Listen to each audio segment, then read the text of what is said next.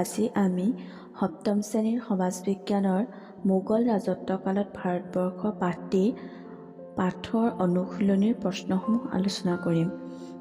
আমি আলোচনা কৰোঁ।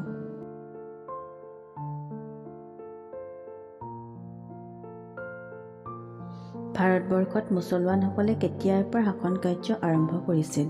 ভাৰতবৰ্ষত মুছলমানসকলে 1206 খ্ৰীষ্টাব্দৰ পৰা শাসন কাৰ্য আৰম্ভ কৰিছিল। পানিপথৰ প্ৰথম যুদ্ধ কিমান চনত সংঘটিত হৈছিল? পানিপথৰ প্ৰথম যুদ্ধ 1526 চনত সংঘটিত হৈছিল। ঔৰংজেবে কাক অসম আক্ৰমণ কৰিবলৈ পঠিয়াইছিল? ঔৰংজেবে বংগৰ সুবেদাৰ মীৰ জুমলাক অসম আক্ৰমণ কৰিবলৈ পঠিয়াইছিল। মোগলৰ শাসন ব্যৱস্থাত শাসনৰ সৰ্বোচ্চ ক্ষমতা কাৰ হাতত ন্যস্ত আছিল? মোগলৰ শাসন ব্যৱস্থাত শাসনৰ সৰ্বোচ্চ ক্ষমতা সম্ৰাটৰ ওচৰত ন্যস্ত আছিল।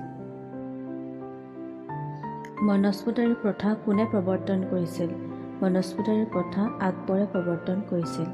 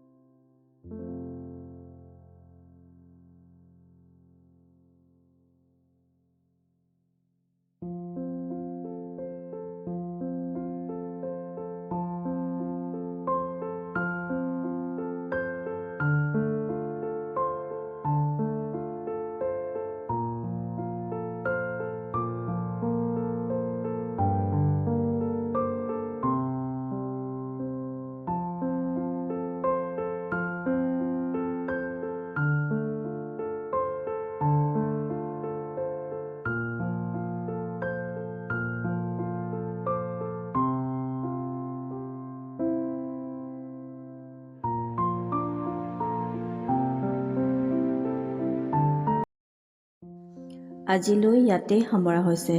যদি তোমালোকৰ ভিডিঅ'টো চাই ভাল লাগে লাইক কৰিবা, লগৰ বন্ধু বান্ধৱীসকলৰ লগত শ্বেয়াৰ কৰিবা, লগতে মোৰ চেনেলটো ছাবস্ক্ৰাইব কৰি দিবা।